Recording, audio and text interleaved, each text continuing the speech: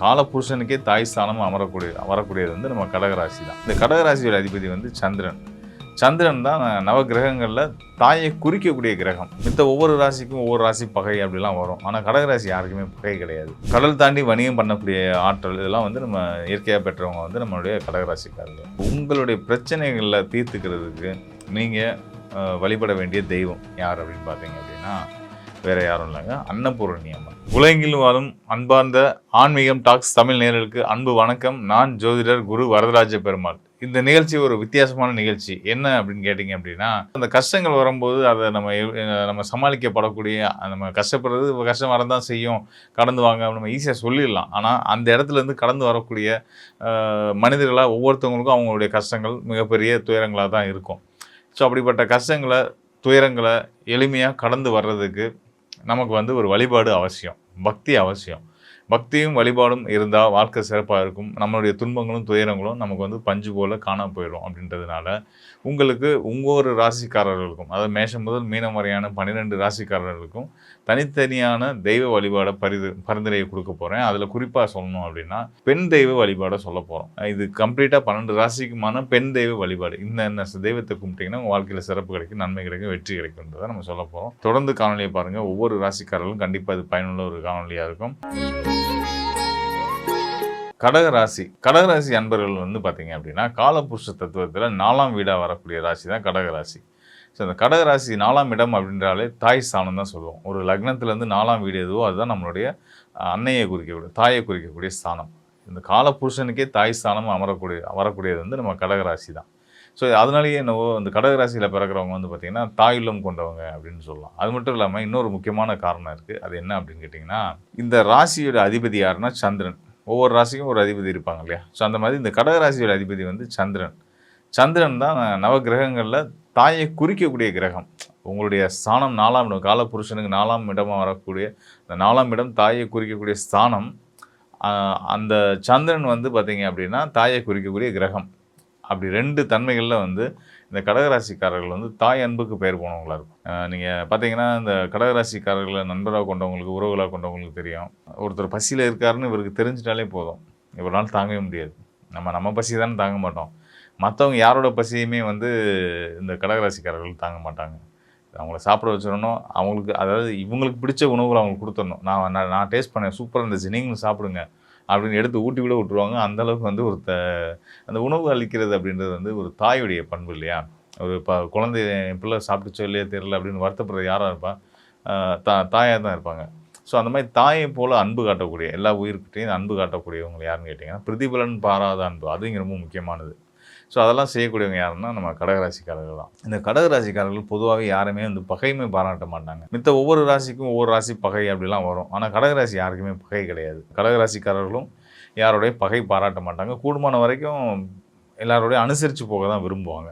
இப்படி சிறப்பு பண்புகள் உண்டு. எந்த இடத்துல வளைஞ்சு கொடுத்து நிமிர்ந்து எந்திரிச்சு போகணுன்றது நல்லாவே தெரிஞ்ச ஒரு வித்தை தெரிஞ்சவங்கன்னு சொல்லலாம் கடகராசிக்காரர்களை. அதுபோல் வணிகத்திறன், ரொம்ப சிறப்பான வணிகத்திறன் இருக்கும். கடல் தாண்டி வணிகம் பண்ணக்கூடிய ஆற்றல் இதெல்லாம் வந்து நம்ம இயற்கையாக பெற்றவங்க வந்து நம்மளுடைய கடகராசிக்காரர்கள் இந்த மாதிரி இருக்கிறதுனாலேயே லைஃப்பில் நிறைய பிரச்சனையை ஃபேஸ் பண்ணிகிட்டே இருப்பாங்க. எடுப்பார் கைப்பிள்ளைன்னு சொல்லுவோம் பார்த்தீங்களா? யார் என்ன சொன்னாலும் அதுக்கு சரின்னு போகக்கூடிய ஆட்களாக இருந்துகிட்டே இருப்பாங்க. அதே நேரத்தில் ஒரு ஸ்டேஜில் அவங்களோட அந்த தாய்க்குள்ளேயும் ஒரு தந்தைக்குரிய அந்த அதிகாரம் இருக்கும் இல்லையா? ஸோ அது உண்டு. அது கரெக்டான நேரத்தில் வெளிப்படுத்தக்கூடிய ஆற்றல் வந்து இந்த நம்ம கடகராசிக்காரர்களுக்கு உண்டு. ஸோ இப்படி கடகராசிக்காரர்கள் வந்து பார்த்திங்கன்னா எல்லா வகையிலையும் எல்லாரையும் அனுசரித்து போகிறதுனால கஷ்டங்களை இருந்தால் கூட அதை கஷ்டமாக நினைக்காம லைஃப்னால் இப்படி தான் அப்படின்ட்டு ஒரு பக்குவத்தோ புரிதலோடு போயிட்டுருப்பாங்க. இப்படி இருக்கக்கூடிய நிலையில் உங்களுடைய பிரச்சனைகளில் தீர்த்துக்கிறதுக்கு நீங்கள் வழிபட வேண்டிய தெய்வம் யார் அப்படின்னு பார்த்தீங்க அப்படின்னா வேறு யாரும் இல்லைங்க, அன்னபூரணி அம்மன் தான் வந்து உலகத்துக்கே படி இழக்கிற தாய். நீங்களே ஒரு தாய் அன்புக்கு பெயர் போன ராசிக்காரர்களாக இருக்கிறதுனால தாயை குறிக்கக்கூடிய கிரகத்தோட வீடு உங்களுடைய ராசியாக வச்சுருக்கிறதுனால நீங்கள் கண்டிப்பான முறையிலே உலகுக்கே படி இழக்கக்கூடிய அன்னபூர்ணியை வழிபட்டு வந்தீங்க அப்படின்னா உங்களுடைய அந்த தாய்மை உணர்வு அப்படின்றது ஆணோ பெண்ணோ, இந்த கடகராசியில் பிறந்தவங்க ஆணாக இருந்தாலும் சரி பெண்ணாக இருந்தாலும் சரி, இந்த தாய்மை உணர்வு அப்படின்றது மேலவங்கிட்டே இருக்கும். யாருக்கிட்டனாலும் உங்கள் மேலே அன்பு மட்டும் தான் அடுத்து காட்ட செய்வாங்க. அன்னபூர்ணியை வழிபடுறதுனால யாராக இருந்தாலும் உங்கள்கிட்ட பகை பாராட்ட மாட்டாங்க. நீங்கள் யார்கிட்டையும் பகை காட்ட மாட்டீங்கன்றது உங்கள் இயல்பு. அதே மாதிரி மற்றவங்களும் இருக்கணும் இல்லையா? அந்த மற்றவங்களும் உங்கள எதிரியா நினைக்காம உங்கள்ட்ட அன்பு பாராட்டணும், நல்ல விதமா உங்கள புரிஞ்சு நடந்துக்கணும். எல்லா வகையிலயும் உங்களுக்கு மன மகிழ்ச்சி, சந்தோஷமும், வளர்ச்சியும் கிடைக்கணும் அப்படின்னா, கடகராசிக்காரர்கள் கண்டிப்பான முறையில அன்னபூரணி வழிபாடு அவசியம் செய்யணும். அன்னபூரணியை ஒவ்வொரு நாளும் காலை எழுந்து நீங்க வழிபட்டு வந்தீங்க அப்படின்னா, அன்னம் மட்டும் இல்ல, ப உணவு மட்டும் இல்ல, பொருளாதார ரீதியாவும் சரி, ஒரு நல்ல ஒரு தன்னிறைவ உறுதியான முறையில அடைஞ்சு, மன மகிழ்ச்சியோட சந்தோஷமா, ஹேப்பியா எந்த ஒரு எதிர்ப்பும் இல்லாம எல்லோரோடையும் நட்பு பாராட்டி, எல்லாருக்கும் ஒரு பிடிச்ச நபராவும் கடகராசிக்காரர்கள் இருந்து வருவீங்க. ஸோ, அதனால அன்னபூரணிய பிடிங்க. உங்க வாழ்க்கை ரொம்ப சிறப்பா இருக்கும். நம்ம சொன்ன மாரி ஒவ்வொரு ராசியில இருக்கவங்களுக்கும், ராசிக்காரர்களுக்கும் தனித்தனியா பரிந்துரைத்து சொல்ல இருக்கக்கூடிய தெய்வங்கள வழிபட்டு வந்தீங்க அப்படின்னா, உங்க வாழ்க்கையில இருக்கக்கூடிய அனைத்து சிக்கல்களும் விலகி நிம்மதியா, சந்தோஷமா, உங்க அடுத்தடுத்த காலங்கள்ல வரக்கூடிய பிரச்சனைகள எதிர்த்து ஜெயிக்கக்கூடிய ஆற்றலையும், தன்னம்பிக்கையும், தைரியத்தையும் இந்த வழிபாடுகள் உங்களுக்கு நிச்சயமா குடுக்கும் அப்படின்றத அடிப்படையில தான் இந்த தெய்வ வழிபாட உங்களுக்கு பரிந்துரை பண்ணியிருக்கிறோம். அதிலும் குறிப்பா வந்து நான் முன்னாடியே சொன்ன மாரி பெண் தெய்வம் அப்படின்றது வந்து பார்த்திங்கன்னா, நம்ம தாய் போல. நம்ம தந்தைட்ட போய் ஒரு விஷயத்த கேட்குறதுக்கு தான் நமக்கு நிறைய தயக்கங்கள் இருக்கும். அவர் 1000 கேள்வி கேட்பாரு. ஏன்? எதுக்கு? அப்படின்னு கேட்பாங்க. ஆனா தாய் தான் ஒரு பிள்ளை ஒண்ணு கேட்டுருச்சுன்னா, இல்லன்னு சொல்லாம குடுத்தணுன்ற ஒரு எண்ணத்த குடுப்பாங்க. ஸோ அந்த வகையில வந்து அன்னைய பிடிக்கும்போது வாழ்க்கையில நம்ம வந்து இனிமையா, சந்தோஷமா பயணிக்க முடியுன்றது அடிப்படையில தான் ஒவ்வொருத்தவங்களுக்கும் பெண் தெய்வ வழிபாட பரிந்துரை பண்ணியிருக்கிறோம். நிச்சயமா நீங்க வந்து இது தவறாம இது வந்து ஏதோ காரணம் இல்லாம சொல்லியிருக்கோன்னு மட்டும் எடுத்துக்க வேண்டாம். ஒவ்வொரு ராசிக்காரர்களுக்கும் இயல்பா உங்க வாழ்க்கையில இன்னென்ன விதமான பிரச்சனைகள் தான் வரும் அப்படின்றது தெரிஞ்சு தான் அதுக்கேற்ப தான் பெண் தெய்வ வழிபாட பரிந்துரை செய்திருக்கிறேன். அந்த அடிப்படையில செய்திருக்கிறதுனால, அந்த பெண் தெய்வத்த வழிபட்டு வந்தீங்க அப்படின்னா, உங்க வாழ்க்கையில வரக்கூடிய ஒவ்வொரு சங்கடங்களையும் நீங்க எளிதா கடந்துற முடியும். இனிமே இந்த தெய்வத்த வழிபட்டா இனிமே உங்களுக்கு பிரச்சனை வரப்போறது இல்லன்னு நான் சொல்ல வரல. வாழ்க்கைன்னா பிரச்சனைகள் வரதான் செய்யுன்றது அது எழுதப்படாத விதி. எழுதப்பட்ட விதின்னு கூட வச்சுக்கோங்களேன். எப்படி இருந்தாலும் கூட, அந்த பிரச்சனைகள நம்ம எப்படி ஃபேஸ் பண்ண போறோம்? அதுக்கான தைரியமும், தெம்பும், அந்த பிரச்சனைய நம்ம வந்து தெளிவான பார்வையில அணுகி, அந்த பிரச்சனைக்கான ஆணி வேர கண்டுபிடிச்சு, அந்த பிரச்சனைய தீர்த்து, நம்ம வந்து ஒரு நிம்மதியான வாழ்க்கை சூழலுக்குள்ள வர்றதுக்கான வழிய காட்டக்கூடியது தான் இந்த தெய்வ வழிபாடுகள். ஸோ, வழிபாடு, பக்தி அப்படின்றதெல்லாம் வந்து பார்த்தீங்கன்னா, கண்டிப்பா ஒவ்வொரு மனிதனுக்கும் தேவ. நம்ம வைக்கக்கூடிய நம்பிக்கை நமக்கு நல்ல பலன குடுக்கும்.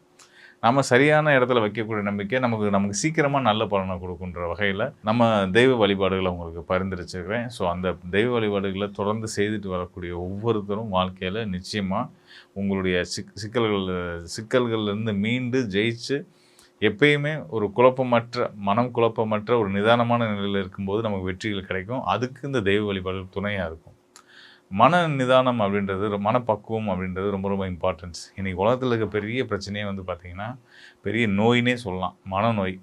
அது மன அழுத்தத்துக்கு காரணமாக இருக்கக்கூடிய விஷயங்கள் வந்து நம்ம என்ன செய்யணும், என்ன செய்யக்கூடாது அப்படின்ற தெளிவில்லாதது தான். நமக்கு ஒரு தெளிவு வரணும் அப்படின்னா பக்தி வரணும். பக்தியை நம்ம யார்கிட்ட காட்டணும் அப்படின்னா, அதுக்கான வழிபாடு முறைகளை இப்போ நம்ம சொல்லியிருக்கோம். ஸோ அந்த வகையில் உங்களுக்கான தெய்வத்தை தொடர்ந்து பிடிச்சு வழிபட்டு வாங்க. உங்கள் வாழ்க்கையில் வரக்கூடிய சிக்கல்களை உங்களுக்கான வெற்றிக்கான ஏணிப்படியாக நீங்கள் மாற்றிக்க முடியும். வாழ்க்கையில் முன்னேற்றங்கள் அடைய முடியும் அப்படின்றத ஆணித்தரமாக நான் சொல்கிறேன். இதெல்லாம் வந்து நான் என்னோட கண்டுபிடிப்புலேருந்து சொல்கிறேன்னு எடுத்துக்க வேண்டாம். சித்தர்கள் சொன்ன மூல நூல்கள் அடிப்படையிலையும் இது எல்லாமே என்னுடைய ஜோதிட பலன்கள் எல்லாமே சித்தர்கள் கொடுத்த மூல நூல்கள்லேருந்து எடுத்து சொல்லக்கூடிய குறிப்புகள் தான். ஸோ அதனால் வந்து நம்பிக்கையோடு செய்யுங்க. நிச்சயமாக உங்கள் வாழ்க்கையில் மிகப்பெரிய வெற்றி காத்திருக்கு. உங்களுடைய எதிர்ப்புகள், உங்களுடைய சங்கடங்களெல்லாம் நீங்கள் ஜெயிச்சு வாழ்க்கையில் கண்டிப்பான முறையில் இந்த காணொலியை பார்த்த ஒவ்வொருத்தரும், நான் சொன்ன வழிபாடுகளை செய்ய போகிற ஒவ்வொருத்தரும் நிச்சயமாக வாழ்க்கையில் வெற்றியாளர்களாக மட்டுமே இருப்பீங்க அப்படின்றத நான் உறுதியாக சொல்கிறேன்.